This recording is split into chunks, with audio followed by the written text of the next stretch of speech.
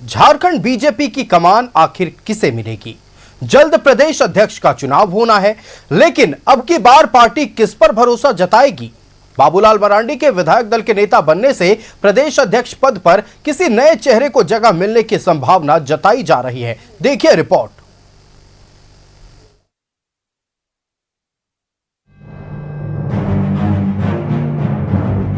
BJP Jharkhand विधानसभा चुनाव बड़े आदिवासी नेता बाबूलाल मरांडी के नेतृत्व में लड़ी। हालांकि पार्टी कुछ खास नहीं कर सकी। 2019 के मुकाबले 4 सीटों के नुकसान के साथ 21 सीटें ही हासिल कर सकी। हालांकि इस नतीजे का बाबूलाल के कद पर कोई असर नहीं पड़ा और उन्हें विधायक दल का नेता चुना गया। वो अब सदन के नेता प्रतिपक्ष के पद को सुशोभित कर रहे हैं। चूंकि बाबूलाल मरांडी मौजूदा प्रदेश अध्यक्ष पद की जिम्मेदारी भी संभाल रहे हैं, लिहाजा अब केंद्रीय नेतृत्व को तलाश है एक ऐसे चेहरे की जो पार लगा सके पार्टी की नैया और हो सोशल इंजीनियरिंग के फॉर्मूले में फिट। कौन बनेगा झारखंड बीजेपी का अध्यक्ष? कौन सा खेवैया पार लगाएगा बीजेपी की नैया? क्या कहता है प्रदेश बीजेपी का सोशल इंजीनियरिंग? केंद्र को कौन सा कास्ट फॉर्मूला कर रहा सूट? किस चेहरे से केंद्रीय नेतृत्व है संतुष्ट? कुर्मी जाति पर पार्टी खेलेगी दांव या दलित महादलित चेहरे से मजबूत होगा पार्टी का पांव? क्या पार्टी फिर खोलेगी एसटी पत्ता या सवर्ण और वैश्य के हाथ में होगी प्रदेश संगठन की सत्ता? न्यूज़ 11 भारत की ब्यूरो रिपोर्ट।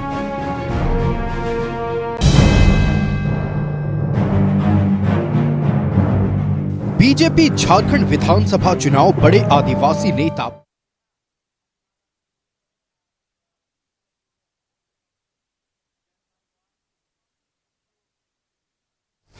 तो कौन होगा झारखंड बीजेपी का अगला अध्यक्ष? भारतीय जनता पार्टी किस पर जताएगी भरोसा? बाबूलाल मरांडी को बीजेपी विधायक दल का नेता चुन लिया गया है। इसके बाद कयासों का बाजार तेज है। कयास इसलिए लग रहे हैं क्योंकि बाबूलाल मरांडी अब बीजेपी विधायक दल के नेता बन गए हैं, तो उम्मीद जताई जा रही है कि किसी नए चेहरे को मौका मिलेगा। हमारे दो संवाददाता आज न्यूज रूम से यानी स्टूडियो से हमारे साथ जुड़े हुए हैं। हम अपने संवाददाताओं का रुख करते हैं। हमारे साथ राकेश जुड़ गए और रुचि हमारे साथ जुड़े हुए हैं। सबसे पहले हम राकेश का हमारे साथ पॉलिटिकल संवाददाता जुड़े हुए हैं, राजनीतिक संवाददाता राकेश और रुचि। हम सबसे पहले राकेश का रुख करते हैं। राकेश, लगातार कयासों का बाजार गर्म है।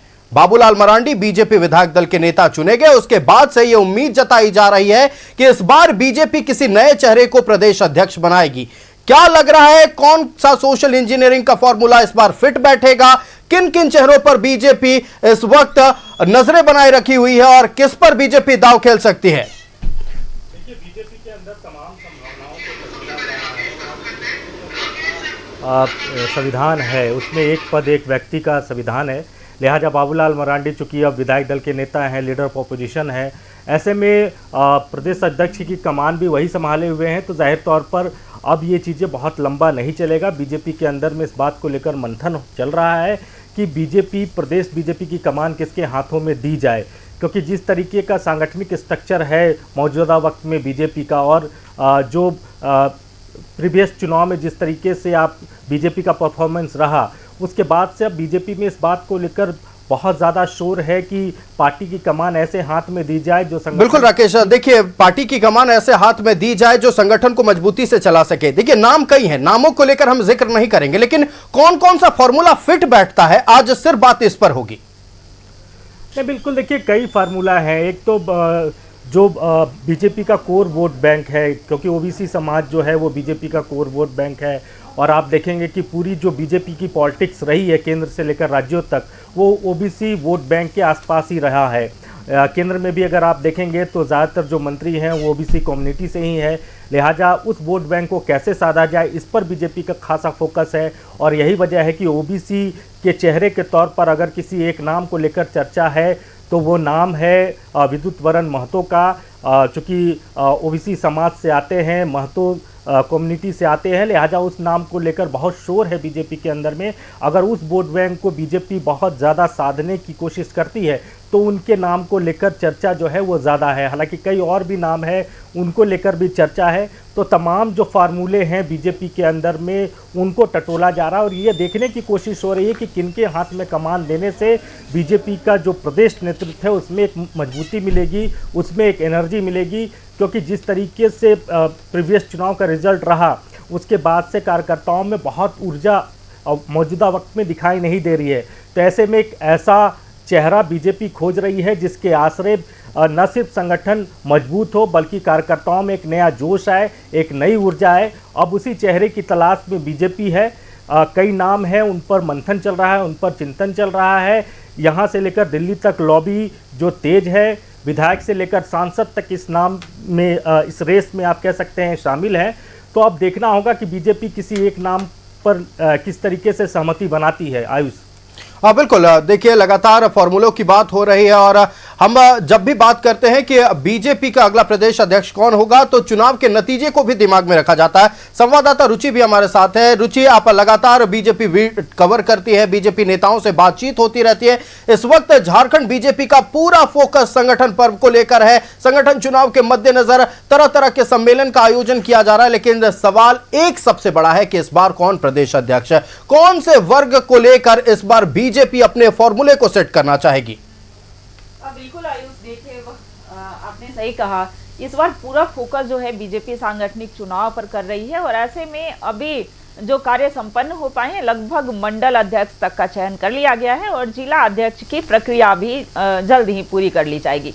लेकिन सबसे बड़ा सवाल है कि आखिर स्टेट प्रेसिडेंट कौन होगा, यानी कि बीजेपी इस बार जो प्रदेश बीजेपी की कमान है वो किसके हाथों में जाएगी। क्या ओबीसी से चेहरा होंगे। एक बार फिर से रघुवर दास के नाम की चर्चा जो है वो तेज हो रही थी, लेकिन देखिए यह भी कयास लगाए जा रहे हैं जिस पर केंद्रीय नेतृत्व मुहर लगाएंगे, केंद्रीय नेतृत्व मुहर लगाएगा, वही उन्हीं के हाथों में कमान जाएगी।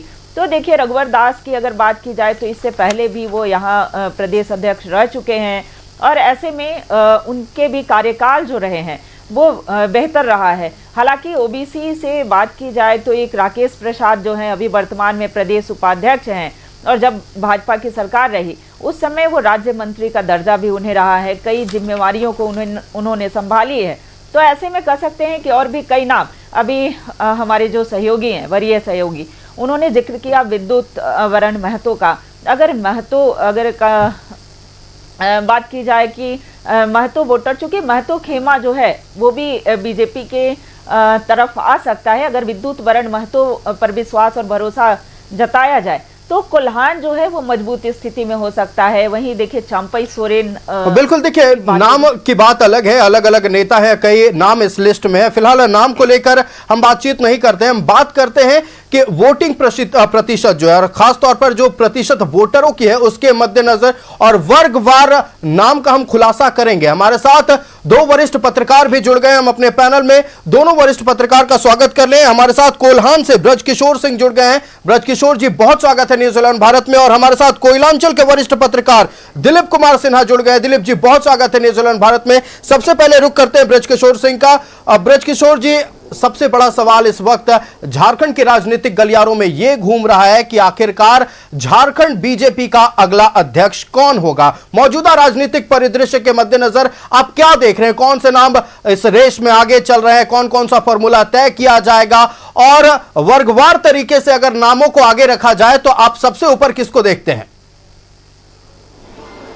देखिए, नाम लेना आपने पहले भी कहा, अभी उचित भी नहीं है, संभव भी नहीं है। जो वस्तु स्थिति है वो भारतीय जनता पार्टी के साथ अभी कार्यकर्ताओं में ऊर्जा भरने की है। जो समीकरण झारखंड की राजनीति में अभी बना है उस समीकरण में भारतीय जनता पार्टी के लिए बहुत कठिन स्थितियां बनी हुई हैं। दल में एकता ही नहीं है। अगर सच कहा जाए तो 3 कनौजिए 13 चूल्हे, ज़्यादा अतिशयोक्ति नहीं है, ये सच्चाई है। तो पहले केंद्रीय नेतृत्व को या संगठन को ये सोचना है कि हम अपने संगठन के नेताओं के बीच एकजुटता कैसे करें और वो कार्यकर्ताओं में जोश कैसे भरें। किसी भी नाम पर आप चर्चा करके फिर सिर्फ उसको और विभेद ही पैदा करेंगे।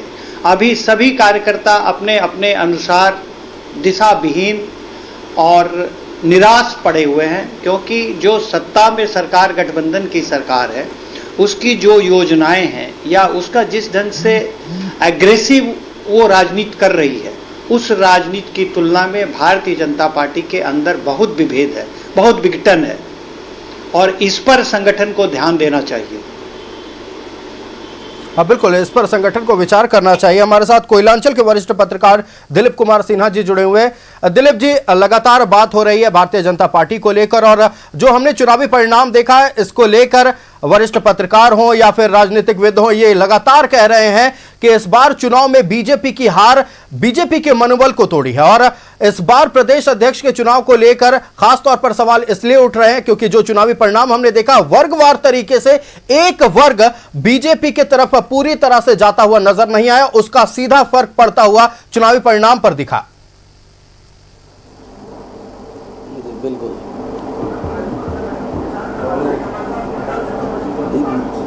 हाँ, नमस्कार, दिलीप सिन्हा बोल रहे हैं। जी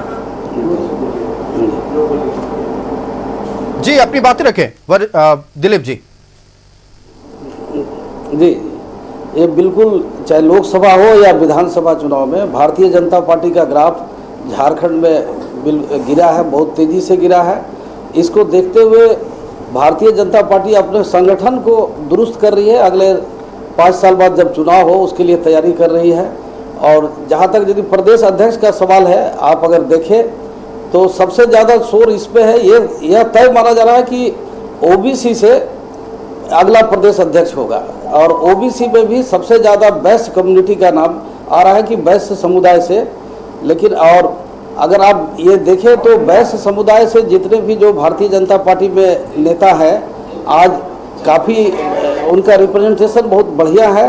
धनबाद से आपके सांसद ढुलू महतो वैश्य समुदाय से आते हैं, हजारीबाग के सांसद हैं मनीष जी, वो भी वैश्य समुदाय से हैं। रांची के सांसद हैं संजय सेठ जी, वो भी वैश्य समुदाय से हैं। राज्यसभा में अगर आप बात करें तो राज्यसभा के भी 2 सदस्य जो है बीजेपी के प्रदीप वर्मा जी और ये वो दोनों भी आदित्य साहू जी वैश्य कम्युनिटी से हैं। उस हिसाब से और रघुवर दास जी का नाम बहुत तेजी से प्रदेश अध्यक्ष के रूप में उनका नाम आगे आ रहा है, वो भी वैश्य कम्युनिटी से हैं। तो अगर इन सभी चीज़ों पर आप गौर करें तो आप पाएंगे कि वैश्य कम्युनिटी का प्रतिनिधित्व काफ़ी अच्छा है, संसद के दोनों सदनों में, विधानसभा में भी है। तो हमको लगता है कि जहाँ तक बात है ओबीसी में से पहली बार गैर वैश्य कम्युनिटी से प्रदेश अध्यक्ष यादव कार्ड भी भारतीय जनता पार्टी झारखंड में खेल सकती है।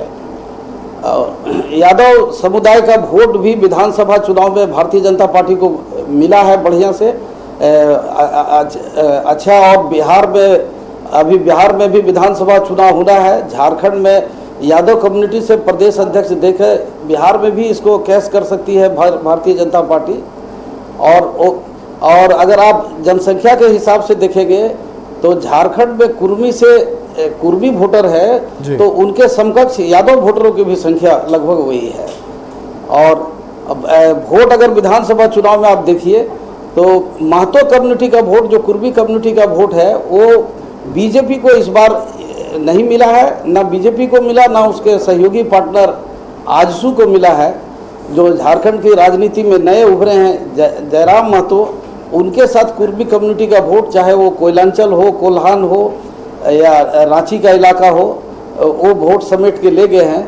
ऐसे में ओबीसी से तो अगला प्रदेश अध्यक्ष हो सकता है, लेकिन हो सकता है कि वो वैश्य कम्युनिटी से बाहर से भी भाजपा नया अध्यक्ष दे सकती है। बिल्कुल, देखिए कई नाम सामने आ रहे हैं और नामों का खुलासा हम भी करेंगे कि आखिरकार इस सूची में कौन कौन से नाम है। एक लगातार एक बार फिर बातचीत हो रही है प्रदेश अध्यक्ष को लेकर, किस वर्ग को साधने की कोशिश होगी और साथ ही वो कौन कौन सी वो ताकतें हैं जो तमाम प्रत्याशियों में, तमाम नामों में है, उसके बारे में भी चर्चा होगी। फिर झारखंड बीजेपी के अध्यक्ष की रेस में कई चेहरे आगे हैं, लेकिन सवाल यह है कि पार्टी के सोशल इंजीनियरिंग में आखिर कौन फिट बैठेगा। ओबीसी का सवर्ण से प्रदेश अध्यक्ष होगा या दलित पर पार्टी दांव खेलेगी या फिर से आदिवासी चेहरे पर पार्टी भरोसा जताएगी। देखिए रिपोर्ट। बीजेपी का राष्ट्रीय नेतृत्व पार्टी के भौगोलिक नक्शे पर सोशल इंजीनियरिंग के लिहाज से बिहार झारखंड को एक ही चश्मे से देखता है। लिहाजा ये माना जा सकता है कि बिहार बीजेपी की कमान अगर वैश्य नेता दिलीप जायसवाल के हाथ में सौंप दी गई है, तो झारखंड बीजेपी के अध्यक्ष की कुर्सी पर किसी वैश्य चेहरे का बैठना मुश्किल है। एक बड़ी बात गौरतलब है कि बीजेपी एक ऐसी पार्टी की पहचान भी रखती है जो कभी भी किसी लो प्रोफाइल चेहरे पर भी दांव खेल जाती है। बिहार में सम्राट चौधरी बीजेपी के इसी प्रयोग की उपज माने जा सकते हैं। अब सवाल है कि मौजूदा राजनीतिक हालात झारखंड बीजेपी के सामने कौन कौन से विकल्प खोलते हैं। अगर कुर्मी चेहरे पर बीजेपी खेलेगी दांव, विद्युत वरण महतो है रेस में सबसे आगे। बीते विधानसभा चुनाव में झारखंड बीजेपी को सबसे ज्यादा नुकसान ओबीसी सीटों पर हुआ। जयराम महतो की पार्टी ने बीजेपी उम्मीदवारों को बड़ा नुकसान पहुंचाया। लिहाजा पार्टी अब राज्य के सबसे अधिक जनसंख्या वाली ओबीसी वर्ग की कुर्मी जाति पर पकड़ मजबूत करना चाहेगी। इस लिहाज से जमशेदपुर से लोकसभा सांसद विद्युत वरण महतो का नाम प्रदेश अध्यक्ष की दौड़ में सबसे आगे है। विद्युत वरण महतो की ताकत, कुर्मी जाति में मजबूत पकड़, ग्रामीण क्षेत्रों में जोरदार पहुंच, व्यापारी वर्ग के लिए भी भरोसेमंद, गैर कुर्मी जातियों में भी अच्छी पकड़। 2009 में जेएमएम के टिकट पर एक बार विधायक बने, 2014 में बीजेपी के टिकट पर जमशेदपुर से सांसद बने, 2019 में बीजेपी के टिकट पर जमशेदपुर से सांसद बने और 2024 में तीसरी बार बीजेपी के टिकट पर ही फिर सांसद चुने गए। लगभग 26% आबादी वाले एससी वर्ग के हाथ बीजेपी की कमान कभी नहीं गई। अगर इस ओर बीजेपी की सोच जाती है और पहली बार एससी वर्ग के हाथ कमान जाती है तो ये हैं। प्रदेश अध्यक्ष के लिए अन्य पिछड़ा वर्ग और एससी चेहरे: राकेश प्रसाद प्रदेश उपाध्यक्ष, अमर बाउरी प्रदेश अध्यक्ष एससी मोर्चा। राकेश प्रसाद की ताकत, अन्य पिछड़ा वर्ग के सबसे मजबूत नेता, वर्तमान में बीजेपी के प्रदेश उपाध्यक्ष, 2 बार रहे 20 सूत्री के उपाध्यक्ष, बीजेपी की सरकारों में 2 बार मिला राज्य मंत्री का दर्जा, एकीकृत बिहार में भी रहे पार्टी पदाधिकारी, सांगठनिक कार्य में कुशल, प्रदेश स्तर पर बड़ी जिम्मेदारियां निभाई, सदस्यता अभियान के लिए बनाया गया संयोजक, संगठन की मजबूती के लिए जमीनी स्तर पर किया काम। हालांकि बीजेपी ने बाबूलाल को नेता प्रतिपक्ष बनाकर लगभग 26% आबादी वाले एसटी वर्ग का समीकरण संतुष्ट कर लिया, लेकिन एसटी सीटों से छिटकती पकड़ दोबारा आदिवासी नेता पर भरोसा करने का दबाव बना सकती है। ऐसे में एसटी चेहरे में चंपाई सोरेन सबसे आगे, 1 बार मुख्यमंत्री और 4 बार संभाल चुके हैं मंत्री पद। बीजेपी प्रदेश अध्यक्ष की दौड़ में चंपाई सोरेन सबसे बड़े आदिवासी चेहरे। जेएमएम से हुई राजनीति की शुरुआत, एकीकृत बिहार से अब तक 6 बार चुने गए सरायकेला से विधायक, जेएमएम के टिकट पर 5 बार बने विधायक, कोल्हान में बतौर आदिवासी चेहरा सबसे मजबूत पकड़, राष्ट्रीय नेतृत्व के साथ अच्छा सामंजस्य। प्रदेश अध्यक्ष की रेस का सवर्ण चेहरा रविंद्र राय, बीजेपी रविंद्र राय पर फिर खेल सकती है दांव। बीजेपी के बड़े सवर्ण चेहरों में से एक, संभाल चुके हैं प्रदेश अध्यक्ष की जिम्मेदारी, झारखंड कैबिनेट में संभाल चुके हैं बड़ी जिम्मेदारियां। रविंद्र राय के नेतृत्व में बीजेपी की हुई थी बड़ी जीत, कोडरमा लोकसभा क्षेत्र से सांसद रहे, राजधनवार से विधानसभा चुनाव भी जीते, एक खास जाति विशेष में गहरी पैठ, बाबूलाल मरांडी के सबसे भरोसेमंद साथी, वर्तमान में झारखंड बीजेपी के कार्यकारी अध्यक्ष। प्रदेश अध्यक्ष की दौड़ में पूर्व मुख्यमंत्री और प्रदेश अध्यक्ष की जिम्मेदारी संभाल चुके रघुवर दास का भी नाम खूब चर्चा में है। हजारीबाग सांसद मनीष जायसवाल और धनबाद सांसद ढुल्लू महतो ने भी केंद्रीय नेतृत्व के सामने अपनी दावेदारी पेश की है, लेकिन बीजेपी सूत्रों के मुताबिक फिलहाल पार्टी का केंद्रीय नेतृत्व गैर वैश्य कैंडिडेट की ही खोज कर रहा है। न्यूज़ 11 भारत की ब्यूरो रिपोर्ट।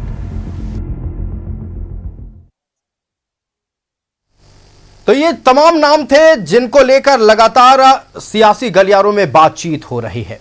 उनकी ताकत को टटोला जा रहा है। पूर्व में वो क्या रह चुके हैं और उन्होंने कितनी बड़ी जिम्मेदारियां निभाई हैं, वो हमने आपको दिखाया। हमारे साथ हमारा पैनल जुड़ा हुआ है। हम रुक कर लेते हैं कोल्हान के वरिष्ठ पत्रकार ब्रजभूषण सिंह का।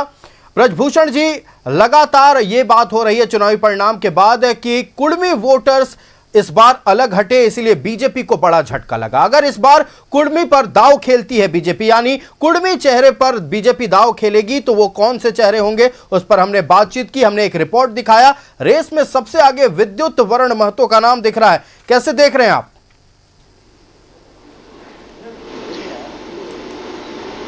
वॉइस कट गया, आवाज आ रही है? जी बिल्कुल, अपनी बात रखें। जी, कुर्मी मत नेता के रूप में विद्युत बाबू की अपनी पहचान है। निश्चित रूप से रिपोर्ट में जो बातें बताई गई वो ग्राउंड जमीन लेवल पर वो सच्चाई है। अब ये नेतृत्व अगर निर्णय लेता है कि हमें कुर्मी वोटरों को साधना है, देखिए अभी चुनाव में लगभग 4-4.5 साल का समय बचा हुआ है। मेरी समझ से कुर्मी जाति के जो मुद्दे हैं उनके अंदर जो एक विवाद का कारण है या भारतीय जनता पार्टी से उनका जो छिटकाव हुआ है, उस कारण का समाधान जब तक भारतीय जनता पार्टी केंद्रीय नेतृत्व या केंद्रीय सरकार नहीं करती है, मैं समझता हूं कोई भी नेता आके आजमा ले। वो अभी कुर्मी का जो मुद्दा है उनका अपना एक अलग मुद्दा है कि हमें भी वो दर्जा दिया जाए, जिसके चलते उन लोगों ने पार्टी से उनकी दूरियां बनती चली गई है। वैसी स्थिति में सिर्फ एक चेहरे को आगे कर देने से अगर पार्टी ये सोचेगी कि हमारा वो जात का वोट हम साध लेंगे, तो बहुत कामयाबी मुझे नहीं लगता है कि मिलने जा रही है। तो असली जो मुद्दे हैं, जिन जिन मुद्दों पर भारतीय जनता पार्टी के जो ग्रामीण क्षेत्र के मतदाता हैं छिटके हैं, कुर्मी छिटके, आदिवासियों में 2 गुट हुआ, भूमिज और मुंडा अलग छिटक गए, तो ये सारे बिखरावों को किसी व्यक्ति विशेष द्वारा सहेजना अभी आसान नहीं है जी। इसके बजाय यहाँ जो जमीनी सच्चाई है, अगर जैसे भारतीय जनता पार्टी के पास शहरी क्षेत्र का वोट बैंक सुनिश्चित अभी भी बचा हुआ है, तो शहरी क्षेत्र के मतों को समेटने के लिए और कार्यकर्ताओं में वो भावना लाने के लिए हवाई नेताओं का जो दौर चला, उसके चलते संगठन बहुत लुंज पुंज हो गया है। ये सच्चाई है। इस पर नेतृत्व को ध्यान देना चाहिए। निर्णय उनको करना है। कुर्मी समाज से अगर वो विद्युत बाबू को चुनते हैं, निश्चित रूप से बहुत अच्छे चेहरे हैं।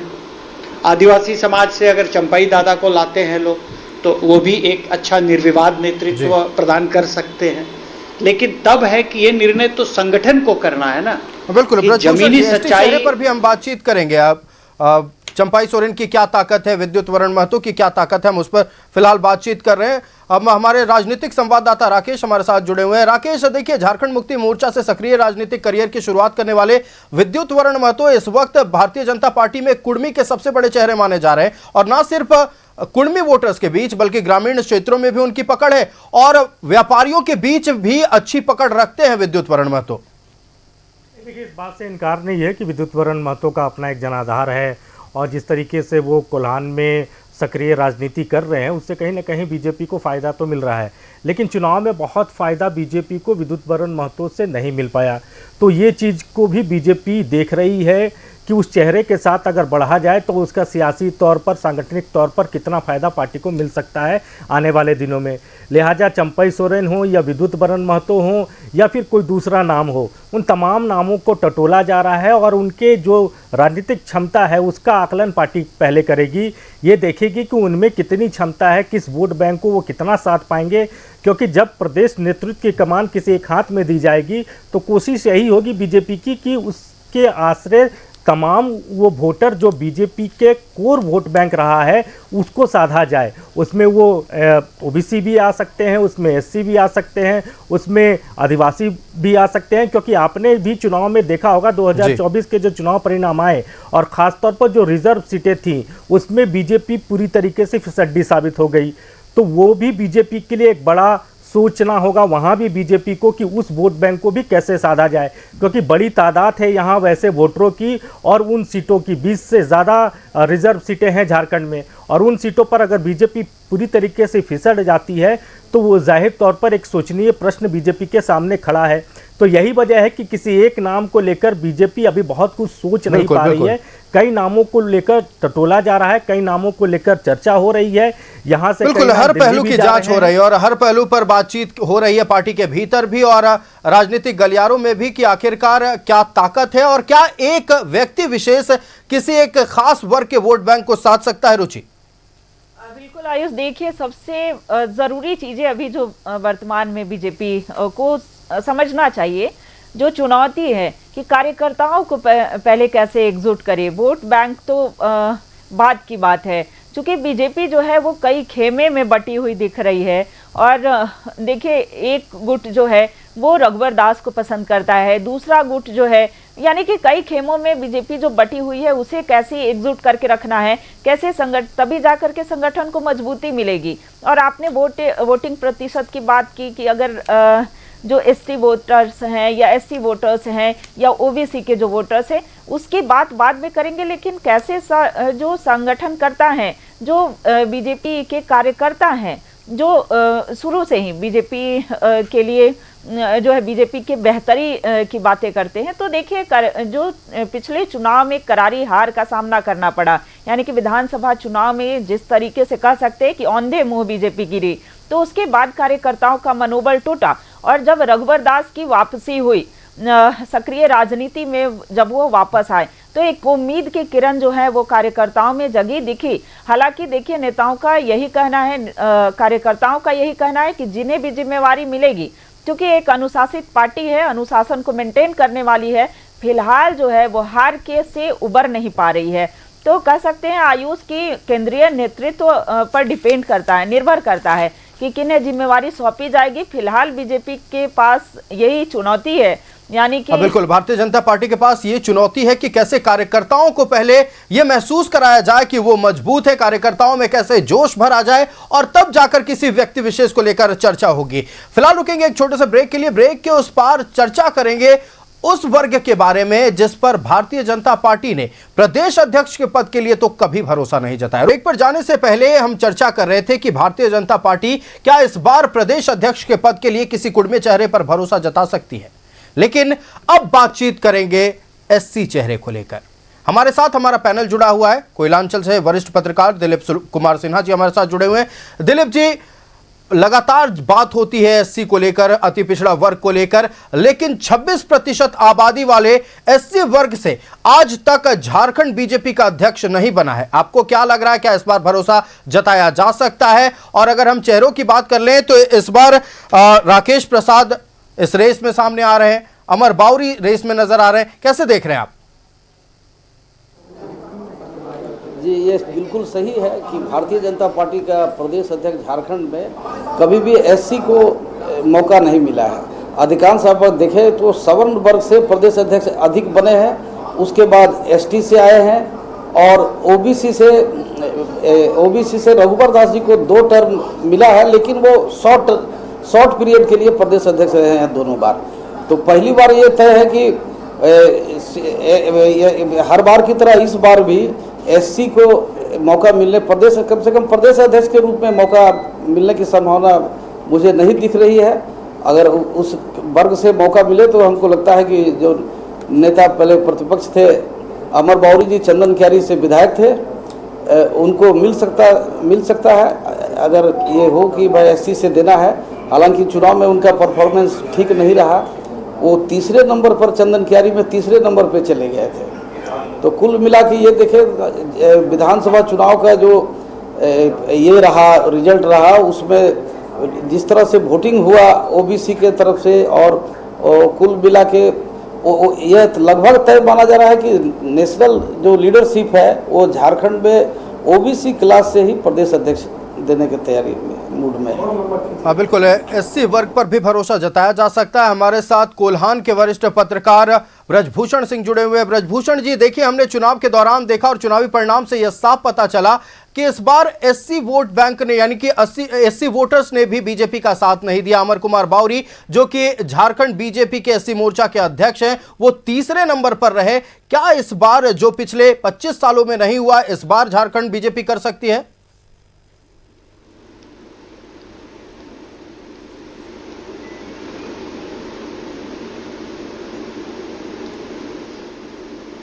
थिंक फेल हो गया। ब्रजभूषण जी, हमारी आवाज आप तक पहुंच रही है? नहीं आ रही, आपकी आवाज़ नहीं आ रही, आवाज साइलेंट है। टेक्निकल प्रॉब्लम्स हो रहा है, तो फिलहाल हम अपने संवाददाता का रुख कर लेते हैं। राजनीतिक संवाददाता राकेश हमारे साथ है। राकेश, देखिए, एससी को लेकर लगातार राज्य में बातचीत तो होती रही है, लेकिन अगर हम पिछले 25 साल के आंकड़ों को उठाकर देख लें तो एक बार भी झारखंड बीजेपी ने किसी एससी चेहरे पर प्रदेश अध्यक्ष के पद के लिए भरोसा नहीं जताया है। क्या इस बार उसमें सुधार या उसमें बदलाव देखा जा सकता है? चूंकि अमर कुमार बावरी हैं, राकेश प्रसाद इस रेस में है, जो कि दो बड़े चेहरे हैं। बिल्कुल आयुष, देखिए, सदन से लेकर सड़क तक बीजेपी मौजूदा वक्त में कमजोर नजर आ रही है। ऐसे में बीजेपी को एक ऐसा चेहरा चाहिए जो सबको साथ लेकर चल सके, सबके बीच सर्वमान्य वो चेहरा हो। वो एक चेहरे की तलाश है बीजेपी को, क्योंकि बीजेपी मौजूदा वक्त में कई गुटों में भी बटी हुई है, उसका भी खामियाजा संगठन को उठाना पड़ता है वक्त बे वक्त। तो ऐसे में वो एक नाम जिसको लेकर हर किसी आप कह सकते हैं कि रघुवर दास की भी बहुत उस नाम को लेकर नाराजगी ना हो, बाबूलाल मरांडी भी उस नाम को लेकर बहुत ज़्यादा इब्बट न करे, तो ऐसा एक नाम बीजेपी के अंदर में उसी नाम को लेकर तलाश जो है बीजेपी की जारी है। जहां तक एससी चेहरे की बात है तो देखिए, नेता प्रतिपक्ष के तौर पर अमर बावरी को जरूर पार्टी ने आगे किया था, मौका दिया था, लीडर ऑफ अपोजिशन बनाया था, एससी के तौर पर थे, लेकिन चुनाव में बहुत कुछ नहीं कर पाए, अपना सीट भी वो गंवा दिए। दूसरा जो राकेश प्रसाद हैं, उनका भी नाम जोर शोर से चल रहा है, संगठन के अच्छे जानकार हैं और पूर्ववर्ती सरकार में बीजेपी की जो सरकारें रही है उसमें कई पदों पर वो रहे। तो 20 सूत्री के उपाध्यक्ष भी वो बनाए गए थे, तो संगठन का अच्छा अनुभव है। लेकिन अब एक ही सवाल आ जाता है कि लॉबी किसकी बेहतर है, क्योंकि आमतौर पर ये देखा जाता है राष्ट्रीय पार्टियों में हो या फिर क्षेत्रीय पार्टियों में भी अब इस तरह का चलन चल पड़ा है कि जिसकी लॉबी केंद्र तक ज़्यादा मजबूत होती है वो ज़्यादा आप कह सकते हैं कि स्ट्रांग साबित होता है। तो उस लॉबी में कौन फिट बैठ रहा है, किसकी पहुंच केंद्रीय नेताओं तक ज़्यादा मजबूत है, ये तमाम चीज़ें देखी जाती है। अब इस बीच बीजेपी को ये तलाश करना है कि वो एक सर्वमान्य चेहरा कौन होगा जिसके साथ पार्टी जो है वो आगे चल सके। हाँ बिल्कुल, वो चेहरा कौन होगा जिसके साथ पार्टी आगे चल सके, वो शख्स जो पार्टी को मजबूत तरीके से लेकर आगे चल सके, कार्यकर्ताओं में जोश भर सके। हमारे साथ कोल्हान के वरिष्ठ पत्रकार ब्रजभूषण सिंह जुड़े हुए हैं। ब्रजभूषण जी, देखिए, लगातार एससी को लेकर बात हो रही है, तकनीकी खराबियों के कारण हम फिलहाल उनसे जुड़ नहीं पाएंगे। हमारे साथ राजनीतिक संवाददाता रुचि भी जुड़ी हुई। देखिए, केंद्रीय नेतृत्व जो बीजेपी का है, अगर हम बात करें सोशल इंजीनियरिंग के मद्देनजर, बिहार और झारखंड को एक ही चश्मे से देखता है। क्योंकि अगर हम बात कर लें बिहार की, तो बिहार में भी जब कोई वर्ग विशेष का कार्ड खेला जाता है तो दूसरी तरफ झारखंड में भी यही उम्मीद जताई जाती है। लेकिन क्या एससी को लेकर, एससी चेहरे को लेकर इस बार भारतीय जनता पार्टी को सोचने की जरूरत है? क्योंकि पिछले 25 सालों में एक बार भी एससी चेहरे पर भरोसा नहीं जताया गया। अभी जो भी है वो कयासों के बाजार हैं, यानी कि संभावना पर हम चर्चा कर रहे हैं। क्योंकि फाइनल मुहर जो है वो केंद्रीय नेतृत्व को लगाना है, लेकिन वो प्रमुख नाम जिसकी हम चर्चा कर रहे हैं, आपने सही कहा कि एससी चेहरे की, तो ऐसे में देख अमर बावरी की बात हो या फिर और भी कई नाम आते हैं, लेकिन एक नाम जो छूट रहा है जिसकी भी चर्चा हो रही है वो अनंत ओझा की। क्योंकि देखिए, अनंत ओझा हालांकि एससी चेहरा में से नहीं है, लेकिन बावजूद इसके अनंत ओझा के नाम की भी चर्चा हो रही है। फिलहाल देखिए, बीजेपी को यह केंद्रीय नेतृत्व को यह भी सोचने की जरूरत है कि वैसा शख्स जो कि संगठन को लेकर के चले, जिसके प्रति जो है एक एक कार्यकर्ता उन पर विश्वास और भरोसा जता सके। फिलहाल जो पार्टी है वो पूरी तरह से टूटी और बिखरी हुई दिख रही है। कितना भी उसे जोड़ने का प्रयास करना भी एक कड़ी मशक्कत होगी पार्टी के लिए। लेकिन देखिए, इस केंद्रीय नेतृत्व जरूर विचार कर रही होगी। आपने बिहार का जिक्र किया, चूंकि बिहार और झारखंड को एक ही राजनीतिक चश्मे से देखा जाता है, तो क्या बिहार चुनाव के मद्देनजर एक ऐसा चेहरा लाया जाएगा? हालांकि देखिए, उन सभी नामों पर तो चर्चा हो ही रही है, लेकिन अब देखने वाली बात होगी कि कौन सा ऐसा चेहरा, क्या अमर बावरी पर भरोसा जताया जाता है या फिर देखिए किशुन कुमार दास हो या फिर नीरा यादव की बात हो, तो मनीष जायसवाल हैं, विद्युत वरण महतो हैं, तो कई ऐसे नाम जो हैं, रविंदर राय की बात हो, तो कई ऐसे नाम जो हैं वो चर्चा में हैं। बिल्कुल, हम वर्गवार बात करेंगे निश्चित तौर पर। आपने जिन नामों का जिक्र किया, खासतौर पर अनंत ओझा हो या अन्य नेताओं का नाम आपने लिया, ये भी एक बड़े कद्दावर चेहरे हैं। लेकिन अभी जो हम जिन नामों पर जिक्र कर रहे हैं, जिन चेहरों के बारे में बातचीत कर रहे हैं, बीजेपी सूत्रों से ये नाम सामने आ रहे हैं कि ये लोग, तमाम लोग रेस में। हमारे साथ ब्रजभूषण सिंह जी जुड़े हुए हैं। ब्रजभूषण सिंह कोल्हान के वरिष्ठ पत्रकार हैं। ब्रजभूषण जी, देखिए, अमर बावरी हो या राकेश प्रसाद हो, एससी चेहरों को लेकर, इन दोनों को लेकर बहुत बातचीत चल रही है। आपको क्या लगता है, ये दोनों कितने मजबूत दावेदार हैं, या फिर एससी चेहरे पर कोई और नाम आपके जहन में हो?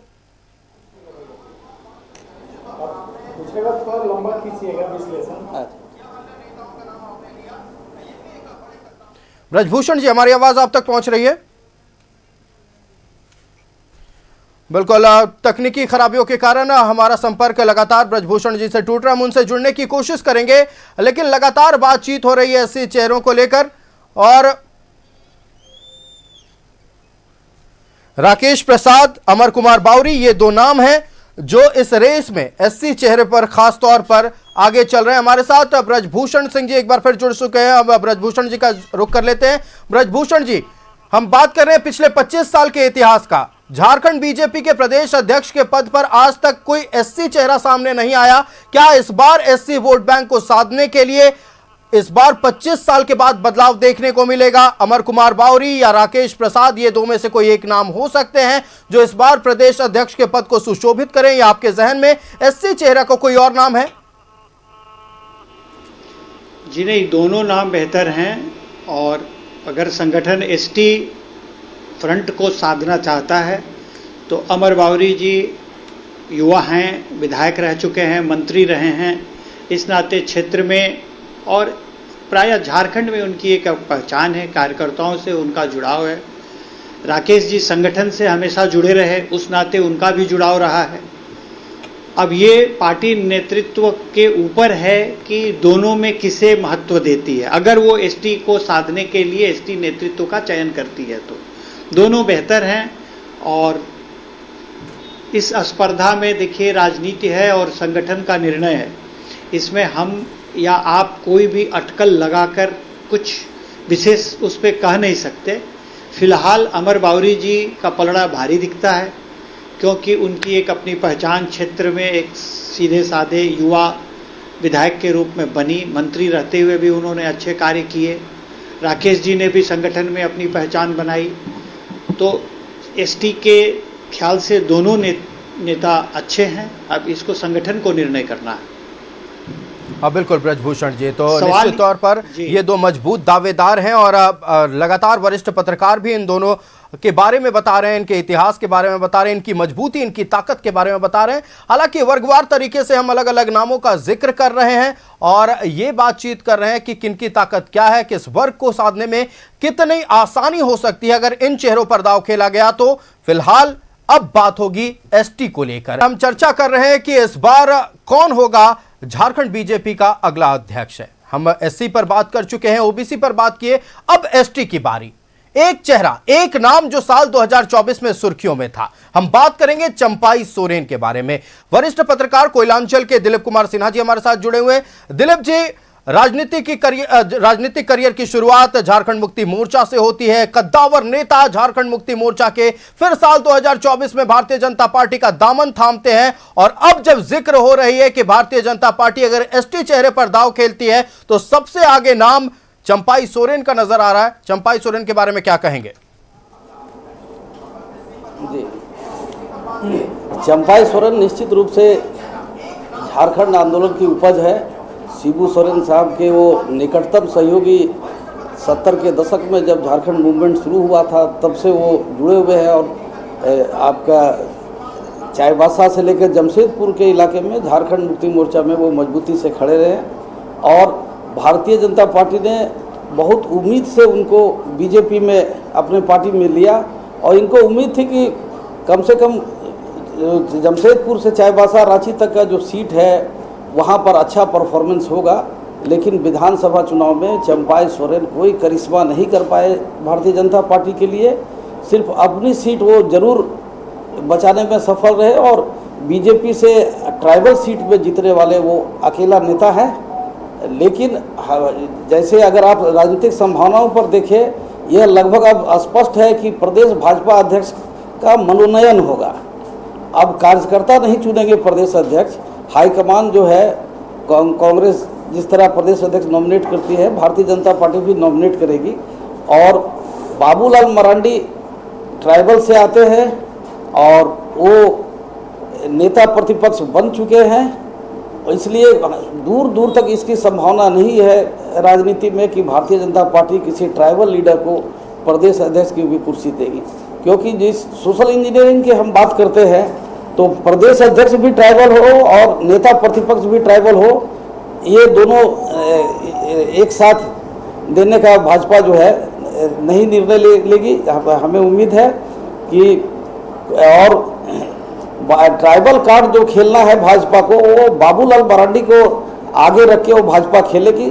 संथाल परगना में बाबूलाल मरांडी का प्रभाव है, जहां पर ट्राइबल सीट है वो सब में जो प्रभाव है, और बाबूलाल ट्राइबल कोटा को फुलफिल कर रहे हैं, इसलिए कोई चांस नहीं दिख रहा है कि किसी ट्राइबल को भाजपा प्रदेश अध्यक्ष का भी कमान सौंपेगी। बिल्कुल, नेता प्रतिपक्ष चूंकि यानी ये बीजेपी विधायक दल के नेता चूंकि एक एसटी चेहरा है, तो दिलीप कुमार सिन्हा जी का कहना है कि इस बार प्रदेश अध्यक्ष के पद के लिए एसटी पर भरोसा शायद नहीं जताया जाए या एसटी पर दांव नहीं खेला जाए। राकेश का रुख कर लेते। राकेश, एकमात्र वो चेहरा जिसकी ट्राइबल सीट पर जीत हुई, यानी एकमात्र बीजेपी विधायक, एसटी बीजेपी विधायक जिन्होंने ट्राइबल सीट पर जीता है, तो रेस में आपको लग रहा है कितने मजबूत हैं चंपाई सोरेन? बिल्कुल, देखिए उस लिहाज से तो मजबूत हैं, लेकिन जो समीकरण है, जो सोशल इंजीनियरिंग का फार्मूला है बीजेपी का, क्योंकि ऑलरेडी एक एसटी चेहरा बीजेपी के अंदर में है, बाबूलाल मरांडी के तौर पर नेता प्रतिपक्ष हैं, वो विधायक दल के नेता हैं, लिहाजा अब किसी और एसटी चेहरा को पार्टी जो है प्रदेश अध्यक्ष की कमान नहीं सौंपेगा। ये पार्टी का अपना सोशल इंजीनियरिंग है, वो तो यही कहता है। लेकिन अब बीजेपी है, कभी कभी बहुत सरप्राइजेस भी बीजेपी के अंदर में देखने को मिलता है, तो अगर ऐसा कुछ सरप्राइज होता है तो हो सकता है कि चंपाई सोरेन को वो जगह मिल जाए। लेकिन जब लीडर अपोजिशन के तौर पर भी चंपाई सोरेन के नाम को लेकर पहले चर्चा हो रही थी, लेकिन उनको मौका नहीं मिला। कोल्हान से ज़रूर आते हैं, कोल्हान में अच्छी पकड़ भी है, और उसी के नाते उसी सोच के साथ बीजेपी ने उनको शामिल भी कराया था अपने दल में। लेकिन जो चुनाव हुए, चुनाव में जिस तरीके की उम्मीद चंपाई सोरेन को लेकर थी बीजेपी की, उस उम्मीद पर चंपाई सोरेन खड़े नहीं उतर पाए। एक तो झारखंड मुक्ति मोर्चा से आते हैं, तो ऐसे में पार्टी के अंदर में स्वीकारता भी एक बड़ा विषय हो जाएगा चंपाई सोरेन को लेकर। तो बहुत पॉसिबिलिटी मुझे नहीं लग पा रहा है कि चंपाई सोरेन के नाम को लेकर प्रदेश अध्यक्ष के तौर पर बीजेपी में बनता हुआ नजर आ रहा है। बिल्कुल, अब इस बार उम्मीद चूंकि इसलिए कम जताई जा रही है चूंकि बीजेपी विधायक दल का नेता भी एक एसटी चेहरा है, इसीलिए उम्मीद कम है कि भारतीय जनता पार्टी इस बार प्रदेश अध्यक्ष के पद पर किसी एसटी पर दाव खेले। चूंकि भारतीय जनता पार्टी खुद को पार्टी विद डिफरेंस कहती है, सरप्राइजेस हो सकते हैं।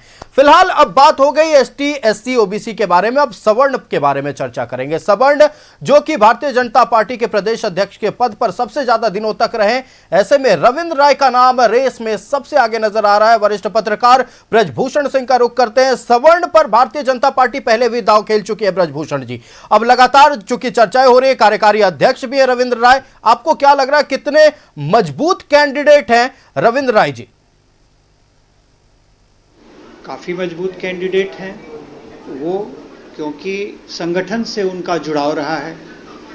वो पहले शुरू से ही संगठन में रहे, उनका इतिहास आरएसएस से जुड़ा रहा।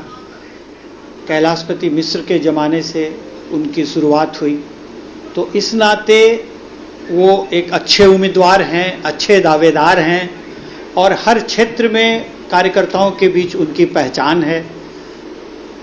तो रविंद्र राय जी के लिए अगर भारतीय जनता पार्टी सवर्ण जाति को सोचती है तो शहरी क्षेत्र पर भी उसका असर पड़ सकता है।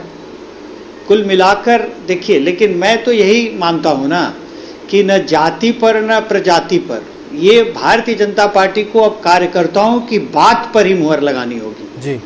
अदरवाइज ये जो कैलकुलेशन है, अब संगठन में दिल्ली से गणना नहीं चलेगी। जो जमीन में झारखंड में स्थिति है, बहुत ही बिखराव है, बहुत बिखराव है, और इसको आप नीचे से केवल जब तक आप बढ़िया से बिल्कुल देखिए ब्रजभूषण जी, आप लगातार कार्यकर्ताओं के बारे में बात कर रहे हैं, उनके मनोबल के बारे में बात कर रहे हैं। आप कार्यकर्ताओं को भाप पाए हैं, उनके मन में क्या चल रहा है? उनके मन में ये चल रहा है कि भारतीय जनता पार्टी अब वो पार्टी नहीं रह गई जो जिस भारतीय जनता पार्टी के नाम पर उन लोगों ने भारतीय जनता पार्टी का झंडा उठाया।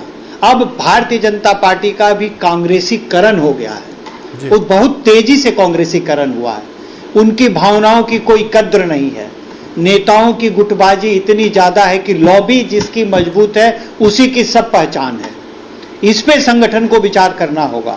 बिल्कुल, आम कार्यकर्ताओं से उसका जुड़ाव, और निश्चित तौर पर अगर कार्यकर्ता मजबूत नहीं होंगे, कार्यकर्ता खुश नहीं होंगे, तो आप किसी भी वर्ग विशेष को साधने की कोशिश करें, आपके हाथ उतनी बड़ी सफलता नहीं लगेगी जितनी आप उम्मीद कर रहे हैं। संवाददाता रुचि का रुख करते हैं। रुचि, आप अनंत ओझा का जिक्र कर रहे थे, चूंकि हम सवर्ण चेहरों की बात कर रहे हैं। अनंत ओझा संथाल से एक मजबूत चेहरा है और लगातार हम उनकी मजबूती पार्टी के भीतर भी देखते रहे। रविंद्र राय, अनंत ओझा, ये दो मजबूत नाम सवर्ण चेहरों में देखे जा रहे हैं। देखिए, रविंद्र राय रेस में आगे दिख रहे हैं अगर सवर्ण चेहरों की बात की जाए तो, लेकिन अनंत ओझा का भी जिक्र है। चूंकि देखिए, राज्य के कई मुद्दे जो हैं वो सदन के पटल पर वो रखते आए हैं।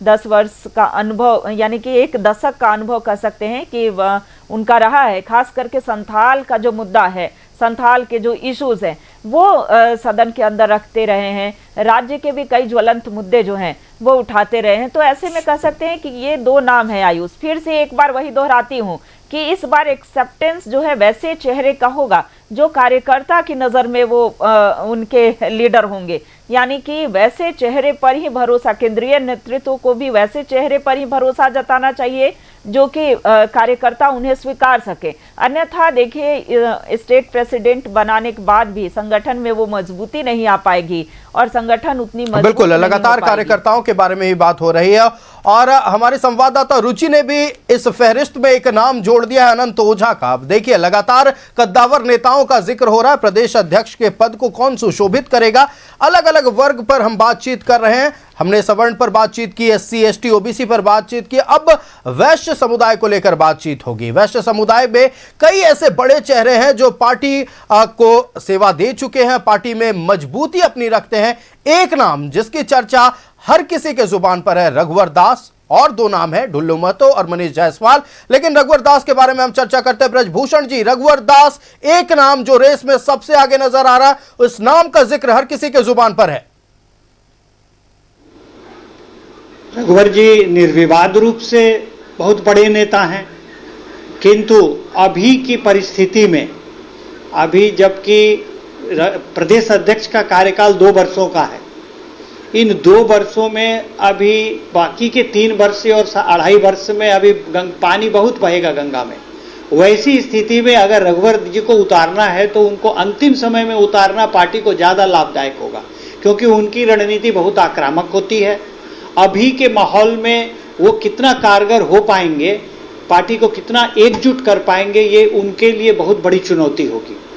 और इस पर रघुवर जी का तो कोई काट नहीं है ना। रघुवर जी निर्विवाद रूप से बहुत बड़े नेता हैं, उनकी अपनी पकड़ है, उनकी अपनी पहचान है, लेकिन ये समय उनके लिए अनुकूल मैं नहीं समझता हूँ। इस समय में रघुवर जी को फील्डिंग के लिए उतारा जाए तो वो कितना कारगर हो पाएंगे। बिल्कुल, रघुवर दास जी को लेकर बातचीत हो रही थी। देखिए, चूंकि दिलीप जी भी इस बात का जिक्र कर रहे थे कि बिहार हो या झारखंड हो, सोशल इंजीनियरिंग का फॉर्मूला एक ही चश्मे से बीजेपी देखती है। बिहार में चूंकि वैश्य कार्ड खेला गया है तो उम्मीद जताई जा रही है कि झारखंड में भी खेला जा सकता है, या बड़ा फैक्टर हो नहीं भी खेला जाए, बड़ा सरप्राइज देखने को मिले। दिलीप जी, रघुवर दास, मनीष जायसवाल, ढुल्लू महतो, किस नाम में ज्यादा वजन दिख रहा है? देखिए, मेरा मानना है कि विधानसभा चुनाव के बाद झारखंड में भाजपा कार्यकर्ताओं का मनोबल बिल्कुल टूट चुका है और ये कारण है कि यही कारण है कि सदस्यता अभियान जिस पे कि पूरी पार्टी लगी हुई है वो झारखंड में सक्सेस नहीं हो पाया है। जो टारगेट था, जितना साधारण सदस्य, सक्रिय सदस्य बनाने का एक विधायकों को टारगेट दिया गया था, सांसद को दिया गया था, जिला अध्यक्ष को दिया गया था, प्रदेश कार्य समिति सदस्यों को दिया गया था, प्रदेश पदाधिकारियों को सबका टारगेट फिक्स किया गया था कि आपको इतने इतने सदस्य बनाना है। जहाँ तक मेरी जानकारी है कि यह टारगेट जो है, टारगेट के आसपास भी पार्टी नहीं पहुँच पाई। तो और प्रदेश अध्यक्ष नेता प्रतिपक्ष जो बाबूलाल मरांडी जी हैं, वो थोड़े सोबर स्वभाव के नेता हैं और सबको लेके चलते हैं, लेकिन जो आक्रामक भाजपा का आज का जो कार्यकर्ता है वो चाह रहा है आक्रामक प्रदेश अध्यक्ष हो, और बाबूलाल जी का जो कद है और उनके समकक्ष कद का अगर प्रदेश अध्यक्ष हो तो नेता प्रतिपक्ष या विधायक दल का नेता और प्रदेश अध्यक्ष दोनों मिलके पार्टी को झारखंड में मजबूत कर सकता है। अगर इस लिहाज से आप देखें तो सबसे आगे जिनका नाम चल रहा है और जो आक्रामक अध्यक्ष का डिमांड आज झारखंड में भाजपा के कार्यकर्ता कर रहे हैं, उसमें बाबूलाल मरांडी रघुवर दास जी का नाम कार्यकर्ताओं के बीच काफी तेजी से है, और रघुवर दास जी ने अपने आक्रामकता को दिखाया भी है। आपको मालूम होगा कि बाबूलाल मरांडी के विधानसभा क्षेत्र राजधनवार के घोड़थंबा में एक होली के लेकर एक दंगा हुआ और ये बाकी नेता लोग नहीं पहुंच पाए, लेकिन उसके पहले रघुवर दास पहुंचे और उन्होंने बहुत ही आक्रामक लड़ाई को लाया और भाजपा के कार्यकर्ता बहुत तेजी से उनसे बिल्कुल दिलीप जी, आप कह रहे हैं कि इस बार ऐसे भारतीय जनता पार्टी चाह रही है कि कोई प्रदेश अध्यक्ष हमारा आक्रामक हो, जो लगातार बाबूलाल मरांडी के समकक्ष खड़ा हो, यानी उनके कद के बराबर का हो। तो ऐसे में आप कह रहे हैं रघुवर दास एक मजबूत चेहरा है। देखिए, अलग अलग वर्गों की बातचीत हमने की, हम अपने संवाददाताओं का रुख करते हैं। राकेश, SC, ST, OBC, सवर्ण, हमने सबके बारे में चर्चा किया, लेकिन मौजूदा राजनीतिक हालात की अगर बातचीत करें, भारतीय जनता पार्टी का झुकाव किस ओर हो सकता है ताकि उनके राजनीति सध सके? देखिए, अप्रैल में ही चूंकि नया अध्यक्ष चुना जाना है, इस बात की संभावना है पार्टी के अंदर में, और इसको लेकर मंथन का दौर भी चल रहा है, क्योंकि संगठनात्मक चुनाव जैसे ही संपन्न होगा उसके बाद अध्यक्ष चुन लिया जाएगा। कई नाम है जिसको लेकर चर्चा है, लेकिन बड़ा सवाल यही है कि देखिए, अब ड्राइंग रूम पॉलिटिक्स नहीं चलेगी, आपको ज़मीन पर उतरकर संघर्ष करना होगा। पार्टी सत्ता में नहीं है और जिस तरीके का मैंडेट मिला है उससे कहीं ना कहीं कार्यकर्ताओं में वो ऊर्जा नहीं है, वो उत्साह नहीं है, लिहाजा आपको ज़मीन पर उतरकर कार्यकर्ताओं को साथ लेकर चलना होगा। और आप देखिए ना कि कई मुद्दे विपक्ष के तौर पर बीजेपी के हाथ लगे, लॉ एंड ऑर्डर का मसला है, इसके अलावा भी कई बड़े मुद्दे जो हैं वो बीजेपी के समक्ष आए, लेकिन सड़क से सदन तक बीजेपी बहुत आक्रामक नहीं नजर आई, पूरी तरीके से पार्टी जो है वो खामोश नजर आई। तो आपको ड्राइंग रूम पॉलिटिक्स से अलग हटकर आपको सड़क पर उतरकर संगठन को धार देना होगा, संगठन को मजबूत करना होगा। और उस लिहाज से अगर आप देखें तो बीजेपी के ज़्यादातर नेता मौजूदा वक्त में जो हैं वो सोशल मीडिया प्लेटफॉर्म पर ही ज़्यादा एक्टिव नजर आते हैं, तो वहाँ से उतरकर आपको ज़मीन पर आना होगा और ज़मीन पर संघर्ष दिखाना होगा। जब नेता संघर्ष करता है तो कार्यकर्ताओं में स्वतः जो है वो एनर्जी आ जाता है। आयुष, बिल्कुल, देखिए, अब बोर्ड रूम पॉलिटिक्स से काम नहीं चलेगा, व्यक्ति विशेष पर ज्यादा ध्यान देने से काम नहीं चलेगा। ध्यान देने की जरूरत अब कार्यकर्ताओं पर है। लेकिन भारतीय जनता पार्टी खुद को पार्टी विद डिफरेंस कहती है। अलग अलग प्रदेशों में हमने देखा है कि कैसे सरप्राइजेस दिए जाते हैं, खासतौर पर मध्य प्रदेश, छत्तीसगढ़, राजस्थान उसका एक बड़ा उदाहरण है। और उम्मीद किया जा रहा है कि झारखंड में भी एक भारतीय जनता पार्टी की ओर से बड़ा चमत्कार देखा जा सकता है। और इन सारे फहरिस्त को किनारे कर हमने वर्गवार तरीके से आपको वो तमाम नाम दिखाए जी, और तमाम फहरिस्त को किनारे कर एक बार फिर बीजेपी चमत्कार करे, सरप्राइज करे और कोई नया नाम सामने आ सकता है। हम अपने अतिथियों का धन्यवाद करते हैं। हमारे साथ वरिष्ठ पत्रकार कोल्हान के ब्रजभूषण सिंह जुड़े हुए थे। ब्रजभूषण जी, बहुत धन्यवाद न्यूज़ 11 भारत को समय देने के लिए। दिलीप कुमार सिन्हा जी हमारे साथ कोयलांचल के वरिष्ठ पत्रकार जुड़े हुए थे। दिलीप कुमार सिन्हा जी, बहुत धन्यवाद न्यूज़ 11 भारत को समय देने के लिए। और दो संवाददाता रुचि और राकेश हमारे साथ जुड़े हुए थे। रुचि और राकेश, आप दोनों का भी बहुत धन्यवाद समय देने के लिए। तो खबरें चलती रहेंगी, जन सरोकार से जुड़े मुद्दे लेकर एक बार फिर आपके बीच आएंगे। फिलहाल मुझे दीजिए इजाजत, देखते रहिए न्यूज़ 11 भारत। नमस्कार।